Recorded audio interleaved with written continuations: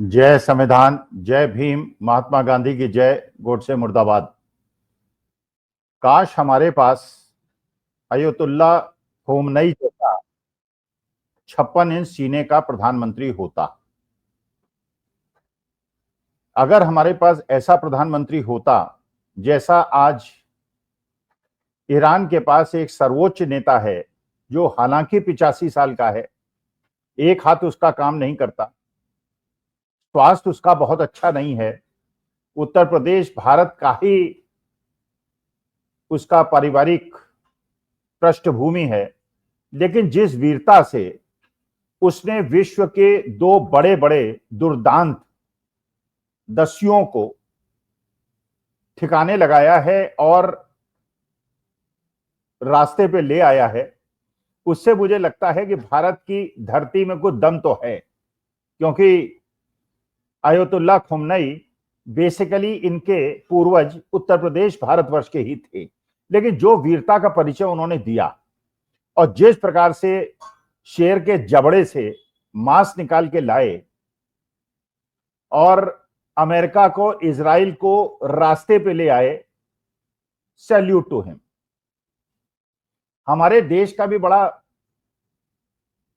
गौरवपूर्ण इतिहास है, हमारे देश के नेताओं का, हमारे देश के प्रधानमंत्रियों का। लेकिन पिछले 11 साल से जिस प्रकार से हमारी छवि धूमिल हुई है और भारत जैसा मजबूत राष्ट्र, भारत जैसा ऐसा राष्ट्र जो कंजम्पशन इकोनॉमी है, 145 करोड़ की जनसंख्या वाला देश है, ग्रोइंग इकोनॉमी है, वो किसी बड़े देश का पिछलग्गू बन जाए, ये हम भारतवासियों को अच्छा नहीं लगता। लेकिन ईरान ने वो कर दिया जो मैं चाहता था कि मेरे देश के प्रधानमंत्री भी करें। देखिए ईरान ने किया क्या, अयतुल्ला खोमनई साहब ने किया क्या। अमेरिका ने यह सोचा था कि एक तरफ वो ईरान को वार्ताओं में उलझाएगा, नेगोशिएटिंग टेबल पे बात करेगा, और दूसरी तरफ धोखे से इजराइल, जो उसका दत्तक पुत्र है, वो ईरान पे हमला करेगा और ईरान को, बड़े बड़े नेताओं को, बड़े बड़े सैन्य अधिकारियों को खत्म कर देगा और ईरान घुटने के बल आ जाएगा। ये इजराइल और अमेरिका की रणनीति थी। जैसे अमेरिका ये नेगोशिएशन कर रहा था ईरान से कि आपके जो न्यूक्लियर इंस्टॉलेशंस हैं उनको रोक दीजिए और आपको कोई अधिकार नहीं है न्यूक्लियर इंस्टॉलेशंस करने का, जबकि ईरान का और बाकी गल्फ कंट्रीज का यह कहना था कि जब गल्फ रीजन में केवल इजराइल ही एक ऐसा देश है जिसके पास न्यूक्लियर वेपन है, और अमेरिका के पास भी है और 10 देशों के पास विश्व के अंदर है, तो एक गल्फ कंट्री को परमाणु शक्ति बनने से रोकने का औचित्य क्या है। और ईरान भी इसके लिए तैयार नहीं था।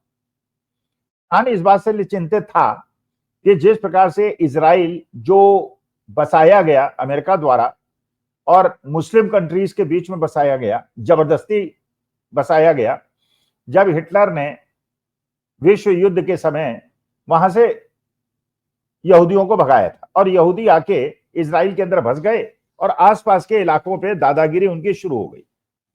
पैलेस्टीनियन से उनकी दादागिरी शुरू हो गई, गाजा पट्टी से दादागिरी शुरू हो गई। उन्होंने अपने दादा, और इसका वरद हस्त, उनके ऊपर जो आशीर्वाद था वो पूरी तरह से अमेरिका का था। तो ईरान को चर्चा में घेरा और दूसरी तरफ इजराइल ने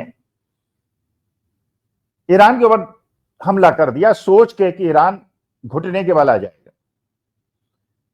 ईरान ने पलट के वार किया और जबरदस्त वार किया। इजराइल पे जो उनके बैलिस्टिक मिसाइल्स, हाइपरसोनिक मिसाइल से उन्होंने आक्रमण किया, इजराइल को हिला के रख दिया। उनके जो मोसाद, जो उनका सबसे मजबूत तंत्र माना जाता है, उसको, उसके हेडक्वार्टर को ध्वस्त कर दिया और जिस हॉस्पिटल के नीचे उनके आर्मी बेसेस थे उसको ध्वस्त कर दिया। मतलब पीछे नहीं हटे। 19-20 की लड़ाई थी, इसने उसको मारा, ईरान ने इजराइल को मारा, इजराइल ने ईरान को मारा। लेकिन चलिए, लड़ाई चलती रही। अब थोड़े दिनों के बाद इजराइल को यह महसूस हुआ कि ये लड़ाई हम अकेले तो लड़ नहीं सकते, क्योंकि इजराइल को यह गुमान था कि उसके पास एक आयरन डोम है जो रशिया से उसने प्रोटेक्शन कवर ले रखा है S-500, और जिसकी वजह से वो इतना सुरक्षित है कि ईरान उसको भेद नहीं पाएगा। लेकिन ईरान ने उसको भेद दिया और ध्वस्त हो गया। जो इजराइल की सुरक्षा प्रणाली थी वो पूरी तरह से खत्म हो गई और इजराइल को समझ में आ गया कि कुछ ही दिन की लड़ाई वो 10-11 दिन की लड़ सकता है, उसके बाद वो ईरान से लड़ नहीं सकता। और ईरान ने बिल्कुल स्पष्ट कर दिया, हम तो 40 दिन तक रोज 200-200, 300-300 मिसाइल दागेंगे और इजराइल को खत्म कर देंगे, हमारा चाहे जो हो। मतलब जो 56 इंच के सीने का एक अध्यक्ष होता है, राष्ट्राध्यक्ष होता है, वो परिचय उसने दिया। अब इजराइल दौड़ा दौड़ा गया अमेरिका के पास, अपने आका के पास। उसने कहा कि भाई हम तो नहीं लड़ पा रहे हैं, अब आप आइए। और वो खुद अमेरिका पहुंच गए, नेतन्याहू। अच्छा, अमेरिका ने पहले तो डोनाल्ड ट्रंप ने कहा कि हम 15 दिन का टाइम देते हैं, लेकिन उसके बाद उन्हें लगा कि 15 दिन में तो ईरान इजराइल को निपटा देगा। तो इसलिए उन्होंने 15 दिन की मियाद देके और धोखा देते हुए ईरान के न्यूक्लियर इंस्टॉलेशन पे हमला कर दिया। और एक प्रकार का ये सर्जिकल स्ट्राइक हुआ।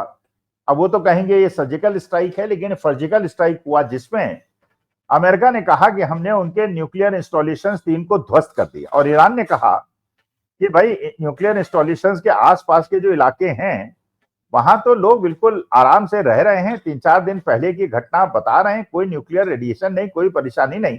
उन्होंने अपनी जनता को कहा आपको निश्चिंत होकर रहिए, कोई आपको खतरा नहीं है और कोई नहीं हुआ, क्योंकि हमने जो असल में जो एनरिच यूरेनियम था उसको पहले ही यहां से हटा दिया था। लगता है उनको खबर मिल गई थी और उन्होंने वो यूरेनियम वहां पहुंचा दिया था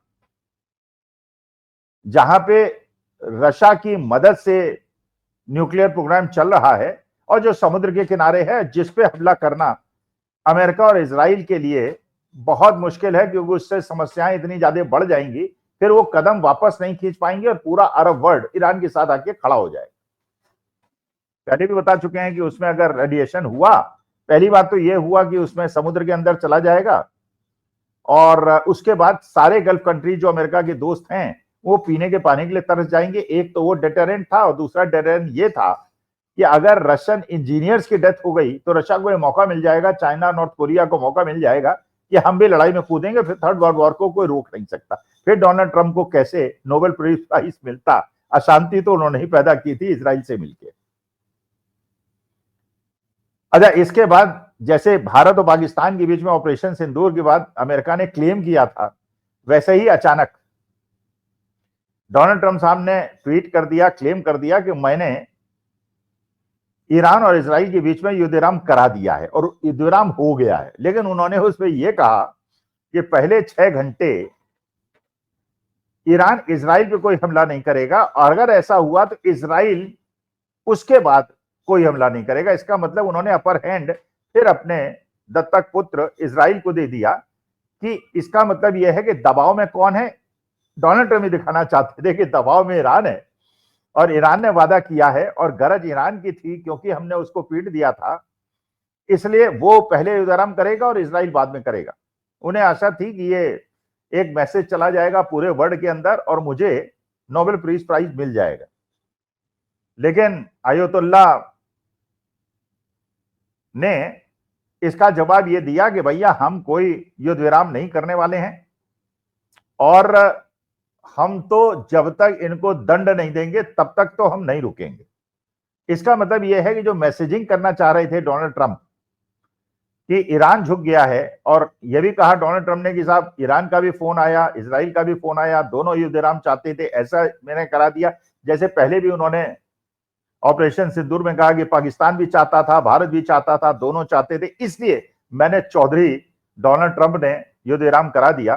तो भारतवर्ष के अंदर तो चलिए कंफ्यूजन उन्होंने पैदा कर दिया और क्लेम कर लिया, 14-15 बार कह दिया, लेकिन यह मौका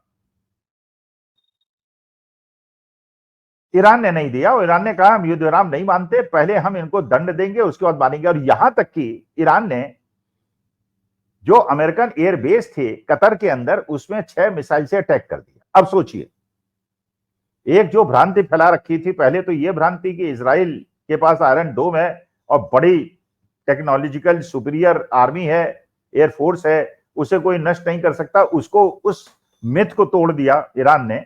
और उसके बाद ये था कि साहब वो अमेरिका के एयरबेस पे किसकी हिम्मत है अटैक कर दे, उसने वो भी करके दिखा दिया और अपने गल्फ कंट्रीज के मित्रों से कहा कि हम आपका कोई नुकसान नहीं करेंगे, हम केवल अमेरिकन एयरबेसेस को नष्ट करेंगे। अब सोचिए, ये युद्ध विराम की टाइमिंग पे ध्यान दीजिए।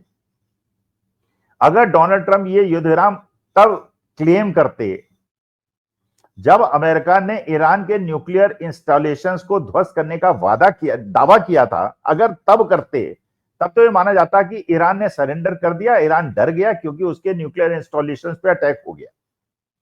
ये तब तो डोनाल्ड ट्रंप साहब ने क्लेम नहीं किया। डोनाल्ड ट्रंप साहब ने कब क्लेम किया? जबकि ईरान ने अमेरिकन एयर बेसिस को कतर के अंदर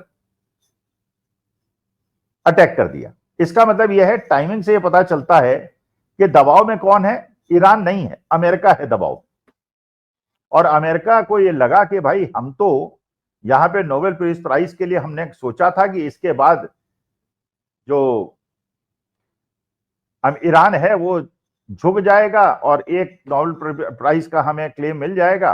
लेकिन हुआ यह कि जब ईरान ने अटैक कर दिया एयर बेसिस पे, तो उसके बाद अगर युद्ध विराम की घोषणा करते हैं डोनाल्ड ट्रंप, जिसको ईरान मना कर देता है, तो इसका मतलब यह है कि दबाव में अमेरिका है, ईरान नहीं। नंबर एक। नंबर दो, मैंने क्यों कहा कि हमारे भारतवर्ष में भी अगर खोनमई जैसा 56 इंच का प्रधानमंत्री होता, पहले थे हमारे देश में प्रधानमंत्री 56 इंच के, क्या चीना तो उनका नाप के किसी ने देखा नहीं, लेकिन क्लेम नहीं करते थे, हाँकते नहीं थे कि वो 56 इंच के हैं, लेकिन उनके कर्मों से ऐसा लगता था कि वो 56 इंच के हैं।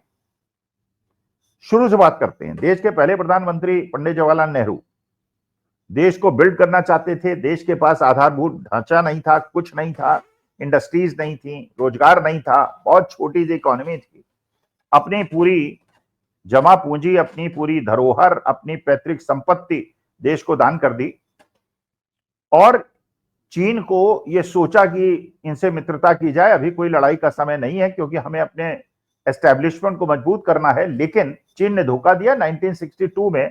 लेकिन हमारी सेना बिना लड़े नहीं, हमारे वीर जवानों ने शहादत दी, लेकिन टिड्डियों की तरह उनके सैनिक आए थे, हमारे सैनिक कम थे, हम प्रिपेयर्ड नहीं थे और चीन ने, मानी बात है कि हमको धक्का दिया। लेकिन 1968 में फिर चीन ने दुस्साहस किया और 6 साल के अंदर हमारी सेना इतनी ज्यादा मजबूत हो चुकी थी कि 1968 में उसी चीन को जिसने 62 में हमें धक्का दिया था, हमने उसे धक्का देके वापस धकेल दिया। ये एक। उसके बाद लाल बहादुर शास्त्री ने 1965 में जब पाकिस्तान ने कहा था कि टहलते हुए पहुंच जाएंगे, तो लाल बहादुर शास्त्री जी ने कहा था, थोड़े समय के प्रधानमंत्री रहे थे, कि हम नाश्ता दिल्ली में करेंगे और लाहौर के अंदर जाके खाना खाएंगे और बिना वीजा के भारतीय लोग पाकिस्तान जाके टहल के वापस आएंगे। रोमांचक समय था और हमारी सेना इतनी वीरता से लाहौर तक पहुंच गई थी, केवल एक पुल पार करना था हमारे टैंकों को, वरना हम लाहौर पहुंच जाते। लेकिन चलिए, युद्ध विराम हो गया। रूस हमारा मित्र था, वो चाहता था युद्ध विराम हो गया, युद्ध विराम हो गया। 1971 में फिर इंदिरा जी ने दिखाया कि हमारे देश के प्रधानमंत्री कैसे होते हैं, जिनका सीना 56 इंच का नहीं होता, लेकिन उनके अंदर कितना साहस होता है। पाकिस्तान को 2 भागों में तोड़ दिया, जबकि अमेरिका बीच में पड़ रहा था, धमकियां दे रहा था। इंदिरा जी ने नहीं सुना और पाकिस्तान को तोड़ दिया। 1965 में जब लाल बहादुर शास्त्री जी के जमाने में हमारे देश में अनाज की और खाद्यान्न की इतनी कमी थी, इंदिरा जी ने ग्रीन रेवोल्यूशन चलाया, उसके बाद व्हाइट रेवोल्यूशन चलाया। राजीव गांधी ने टेक्नोलॉजिकल मिशन, जिसमें सैम पिट्रोडा को उन्होंने अध्यक्ष बनाया, और हमारे देश के अंदर आज की तारीख में इंदिरा गांधी की वजह से, लाल बहादुर शास्त्री की वजह से, राजीव गांधी की वजह से, चाहे वो खाद्यान्न का मामला हो, चाहे दुग्ध उत्पादन का मामला हो, चाहे हॉर्टिकल्चर का मामला हो, चाहे टेक्नोलॉजी का मामला हो, हर चीज में हम लोग अग्रसर रहे, लेकिन देश को झुकने नहीं दिया, बिकने नहीं दिया। और बड़े बड़े एस्टैब्लिशमेंट्स, ऐसे ही 5वीं अर्थशक्ति हम नहीं बने। अब आए हमारे देश के प्रधानमंत्री डॉक्टर मनमोहन सिंह, विश्व के सर्वोच्च अर्थशास्त्री, जिनके सामने लोग सजदा करते हैं, प्रणाम करते हैं, नमस्कार करते हैं, और बराक ओबामा कहते थे ये मेरे गुरु हैं।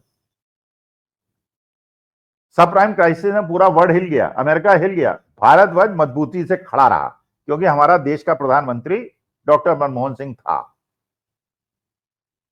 अब अन्ना हजारे, अरविंद केजरीवाल, भारतीय जनता पार्टी, आरएसएस एक कुचक्र रच के मनमोहन सिंह को बदनाम किया और सत्ता में आ गए 2014 में। चलिए, कोई भी सत्ता में आए, हमें क्या अंतर पड़ता है, हम तो गैर राजनीतिक लोग हैं, लेकिन हम चाह रहे थे कि वही वीरता का परिचय हम लोग दें। लेकिन ये जो घटनाएं, आतंकवादी घटनाएं अचानक बढ़ती चली गई, पिछले 11 साल में कितनी बढ़ गई। पठानकोट हुआ, उरी हुआ, पुलवामा हुआ, पहलगांव हुआ, और पठानकोट के बाद तो चीनी, ये पाकिस्तानी आईएसआई को इंक्वायरी के लिए बुला लिया, जॉइंट इंक्वायरी के लिए बुला लिया, और सब करा धरा हमारा बेकार हो गया। पुलवामा के अंदर जांच ही नहीं हुई। पहलगांव के अंदर 26 लोग जो मरे, उसके बाद ये आज तक नहीं पता चला कि आतंकवादी कब आता है, कौन थे, कहां से आए थे, कहां गए, और उनसे कोई मुठभेड़ नहीं हुई। ये सुरक्षा के अभाव में वो मार मोड़ के चले गए। और जो स्केच जारी किए गए और कहा गया कि हमने उनको आइडेंटिफाई कर लिया, अब एनआईए कह रहा है कि वो लोग हैं नहीं, लोग दूसरे हैं। इसका माने सब फर्जीवाड़ा था। उसके बाद ऑपरेशन सिंदूर किया। ऑपरेशन सिंदूर में हमारे सेना ने पाकिस्तान के अंदर घुस के उनके सारे आतंकवादी ठिकानों को नष्ट कर दिया। जीत का मौसम था, जैसे ईरान ने इजराइल को रौंदा, उसी प्रकार हमारी सेना ने पाकिस्तान के आतंकवादी ठिकानों को रौंद दिया। हमारी सेना जीत चाहती थी। 21 आतंकवादी ठिकाने आइडेंटिफाई किए गए थे, 9 उन्होंने नष्ट कर दिए थे, 12 बाकी थे। लेकिन अचानक युद्ध विराम घोषित कर दिया गया, जबकि हम जीत रहे थे। हम पाकिस्तान को 4 भागों में बांट सकते थे, लेकिन डोनाल्ड ट्रंप साहब के दबाव में और सऊदी अरेबिया के दबाव में भारत और पाकिस्तान ने समझौता कर लिया, जबकि हम तो सफरर थे। एग्रेसर था पाकिस्तान, उसने हमारे देश के अंदर आतंकवादी घटनाओं को किया था और हमारे 26 लोगों की मौत का जिम्मेदार था। लेकिन युद्ध विराम हो गया। ईरान ने उस तरह से युद्ध विराम नहीं किया। अमेरिका ये सोच रहा था कि जैसे उन्होंने भारत पाकिस्तान के बीच में युद्ध विराम कराया, और उसके बाद जो पाकिस्तान का जनरल था, जिसको बाद में फील्ड मार्शल पे प्रमोट कर दिया गया, उसको डोनाल्ड ट्रंप अपने घर में बुला के खाना खिलाते हैं व्हाइट हाउस में। लेकिन पाकिस्तान इसके बावजूद, खाना खाने के बावजूद अमेरिका के खिलाफ खड़ा होता है, उसकी भर्त्सना करता है। सऊदी अरेबिया करता है, चीन करता है, नॉर्थ कोरिया खुलेआम ईरान के साथ खड़ा हो जाता है, रशिया करता है, और भारत कोई स्टैंड नहीं लेता, बल्कि इजराइल को समझाने के बजाय कि इस प्रकार से मत करो गाजा पट्टी वालों के साथ, पैलेस्टीनियंस के साथ, और ईरान पे तुमने हमला क्यों किया, वो फोन 45 मिनट ईरान के आयतुल्ला से बात करते हैं कि आप युद्ध विराम करिए। इसका मतलब हमारी राह पे चलिए और नुकसान झेलने के बावजूद इनकी गुंडागर्दी को झेलते रहिए। वो आयतुल्ला ने मानने से इनकार कर दिया। तो आज के तारीख में अगर युद्ध विराम होता भी है, तो एक जो मैसेजिंग पूरे वर्ल्ड के अंदर होनी थी, वो मैसेजिंग ये हुई कि ईरान ने अपने टर्म्स पे किया, क्योंकि ईरान ये कह रहा है कि हम तभी करेंगे युद्ध विराम जबकि ये गाजा पट्टी को खाली करेंगे और पैलेस्टीनियंस के अधिकार उनको वापस करेंगे, otherwise we are not going to bend. और अमेरिका ने जो गुस्ताखी की थी, जो गलती की थी कि 2 देशों के बीच की आपस की लड़ाई थी, उसमें आप कह रहे हैं हमने न्यूक्लियर इंस्टॉलेशंस को हिट कर दिया, जिससे न्यूक्लियर रेडिएशन होके बहुत बड़ा विश्व के लिए आपदा पैदा हो सकती थी, जबकि ये इंटरनेशनल लॉस के हिसाब से अनुमन्य में नहीं है। मैसेज ये जा रहा है कि इंडिया पाकिस्तान के मामले में तो चौधरी बन गए डोनाल्ड ट्रंप, लेकिन आयतुल्ला खोमनई साहब ने ईरान के मामले में ऐसा नहीं होने दिया, इजराइल को सबक सिखा दिया। और जब उन्होंने कतर के अंदर अमेरिका के एयर बेसिस पे हमला करके ये जता दिया कि हमारा जो होगा देखा जाएगा, लेकिन तुम्हें चौधरी नहीं बनने देंगे। लीबिया में कर लिया, इराक में कर लिया, सऊदी में कर लिया, बाकी देशों में कर लिया, अफगानिस्तान में कर लिया, भारत पाकिस्तान में कर लिया, लेकिन हम नहीं। तो मेरी तो कामना यही है, जैसे पंडित जवाहरलाल नेहरू थे, जैसे लाल बहादुर शास्त्री थे, इंदिरा जी थी, उसी प्रकार से हमारे देश को भी काश एक 56 इंच का एक मजबूत प्रधानमंत्री मिले, या हमारे देश के प्रधानमंत्री माननीय मोदी जी जो हम लोगों के श्रद्धेय हैं, हम उनकी बड़ी इज्जत करते हैं, वो 56 इंच का वास्तविक सीना दिखाएं और किसी के सामने न झुकें, क्योंकि उनका झुकना हमें लगता है कि हमारे आत्मसम्मान को ठेस पहुंचाता है और हमें कष्ट होता है। इसलिए मोदी जी अपने जो प्रेडिसेसर्स थे, अपने जो पुराने प्रधानमंत्री थे, उनसे सीखें और देश को अंदर से बांटने के बजाय, हिंदू मुसलमान में उसको कमजोर करने के बजाय, विश्व से जो दुष्ट राष्ट्र हैं उनसे लड़िए और देश को अंदर से मजबूत कीजिए। अभी इटावा की घटना है उत्तर प्रदेश, जहां कहते हैं योग्य मुख्यमंत्री हैं, एक यदुवंशी व्यक्ति पाठ कर रहा था मानस का, और वहां के गांव वाले, जो ब्राह्मण गांव था, उसका सिर मुड़वा दिया और पैर छुआए लोगों के। इस प्रकार की घटनाएं मनुवाद को बढ़ावा देंगी, देश अंदर से कमजोर होगा। अभी तक तो आप हिंदुओं से लड़ रहे थे, अब आप पीडीए से लड़ेंगे, क्रिश्चियनों से लड़ेंगे, सब धर्मों और जातियों से लड़ेंगे। देश अंदर से कमजोर होगा, तो कृपा करके ऐसे दुष्ट लोगों पर लगाम लगाइए माननीय मोदी जी, और अपने सीने को 56 इंच का हो ना हो लेकिन मजबूत कीजिए, क्योंकि आपकी आन बान शान में अगर कोई गुस्ताखी होती है तो कष्ट हमको भी होता है। नमस्कार, धन्यवाद और प्रणाम।